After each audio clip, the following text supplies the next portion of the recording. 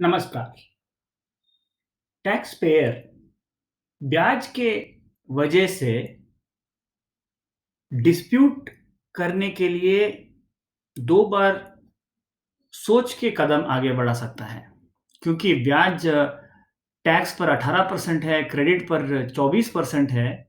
इसलिए कोई भी इश्यू को डिस्प्यूट करने के से पहले टैक्स पेयर सोचेगा कि 1 नहीं 2 बार सोचेगा कि उस डिस्प्यूट को आगे बढ़ाना है या नहीं। क्योंकि नतीजा जितना भी वो टैक्स पेयर कॉन्फिडेंट हो, अल्टीमेटली कोर्ट के हाथ में है। तो एक दुविधा पैदा हो सकता है कि डिस्प्यूट करना है ताकि वो लॉ सेटल हो, क्लैरिटी आ जाए और आगे के बिज़नेस में अपने हिसाब से चला सके। लेकिन अगर वो स्मॉल परसेंटेज का जो चांस है कि वो अपने अगेंस्ट अगर नतीजा निकलता है, तो ये मोटे रकम का ब्याज जो करना पड़ सकता है, उसका क्या किया जाए? जीएसटी में एक प्रोविज़न साफ-साफ नहीं है, लेकिन ये एक प्रैक्टिस चलते आ रहा है, क्योंकि ये एक बेसिक राइट है किसी का। डिस्प्यूट करना एक किसी का बेसिक राइट है, लेकिन इसका मतलब ये भी नहीं है कि वो अ, उसको चाहिए कि ज़बरदस्ती ब्याज का रिस्क उठाए। अस्वीकृत भुगतान का कैसे जमा करना, ये जीएसटी में देखते हैं।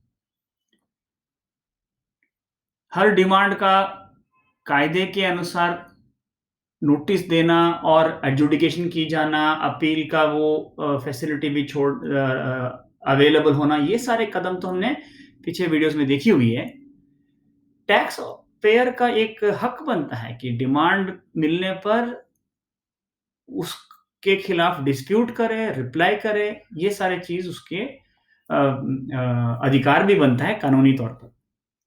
लेकिन ब्याज का जो बोझ है, वो बहुत ज़्यादा है, क्योंकि बिज़नेस में आज की तारीख मार्जिन्स इतना नहीं, प्रॉफ़िट इतना नहीं है, जितने कि जीएसटी का रेट, क्योंकि जीएसटी तो पूरे टर्नओवर पे देना पड़ता है। तो ब्याज के बोझ के वजह से ये एक फैसिलिटी है कि टैक्स पेयर सोचेगा कि अस्वीकृत भुगतान जमा कर दे। लेकिन जमा करे तो भी कैसे करे? कोई प्रोसीजर नहीं है जीएसटी में, लेकिन उसका कानूनी तौर पे एक हक बनता है। अगर कोर्ट में जाएँ तो कोर्ट कहेगा कि कोर्ट में तुम जमा करो।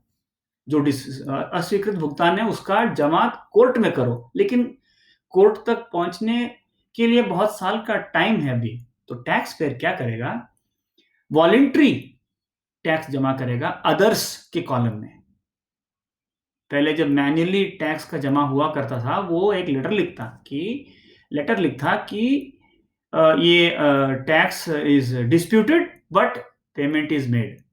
लेकिन अभी वॉलंटरी के तौर पर डीआरसी 3 चालान शायद यूज़ करते हुए वो जमा कर देगा, लेकिन एक लेटर लिखेगा और टैक्स पेयर को चाहिए कि केवल एक टपाल का सील सेक्शन में कि उसने वो इंटीमेशन फाइल कर दी।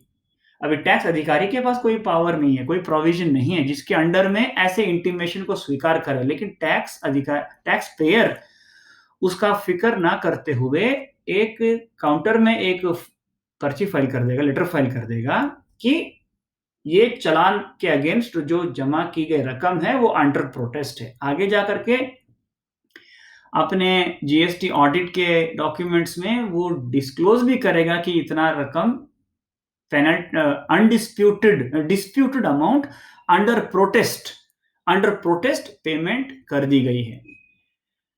तो अपना जो डिस्प्यूट है वो जब फाइनली डिसाइड होगा, तब बिना कोई समय के सीमा के, without A limitation of time, tax payer को वो रकम वापस दे देनी चाहिए। ये कानूनी उसका राइट है, क्योंकि उसने जमा किया है डिपॉजिट, ना कि टैक्स। डिपॉजिट की गई रकम समय के सीमा के अंदर सेक्शन 54 में नहीं आती है और अनलिमिटेड टाइम तक वो वापस क्लेम करने की हक रखता है। लेकिन ब्याज का जो सेक्शन 56 है, जो रिफंड सैंक्शन अमाउंट पे ब्याज जो देना है, वो अमाउंट पेड अंडर प्रोटेस्ट पे एप्लीकेबल नहीं होता जब तक वो डिस्प्यूट रिजॉल्व ना हो। तो टैक्स पेयर ये एक क्रम फॉलो करेंगे कि प्रोटेस्ट करते हुए एक इंटीमेशन फाइल करके वॉलंटरी बेसिस पे जमा कर देंगे और डिस्प्यूट को कंटिन्यू करेंगे साथ-साथ। इससे ये होगा कि कभी भी डिपार्टमेंट वो डिस्प्यूट को रिज़ॉल्व करते हुए ये नहीं कह सकती कि टैक्स के साथ ब्याज भी देना होगा, क्योंकि ब्याज अनपेड टैक्स पे ही अप्लाई होगा, पेड टैक्स पे अप्लाई नहीं होगा। तो ये सारे लीगल इश्यू सामने आ सकते हैं कि शो कॉज़ नोटिस में इस जमा की गई राशि का ज़िक्र करना चाहिए या नहीं, ये बाद में देखेंगे, बाद में देखा जाएगा। लेकिन टैक्स पेयर ये ज़रूर करेगा कि अपने आप को ब्याज से बचाने के लिए ये कदम उठा सकता है। इस बात को टैक्स अधिकारी अपने समझे, और जब उनके काम में ये सामने आए कि कोई ऐसे जमा कर रहा है, टैक्स अधिकारी ये जान ले कि ये एक तरीका है, कानूनी तौर पर नहीं, लेकिन कानूनी तौर पर है क्योंकि ये उसका हक है, लेकिन जीएसटी के क्रम के हिसाब से नहीं है, फिर भी ये कानूनी एक क्रम है जो टैक्स पेयर फ़ायदा उठाना चाहेगा। ये बात अधिकारी समझे और अपने काम में ये वीडियो इस्तेमाल आए, यूज़ हो, इस भरोसे से एक छोटा-सा वीडियो आपकी सेवा में पेश करते हैं। नमस्कार।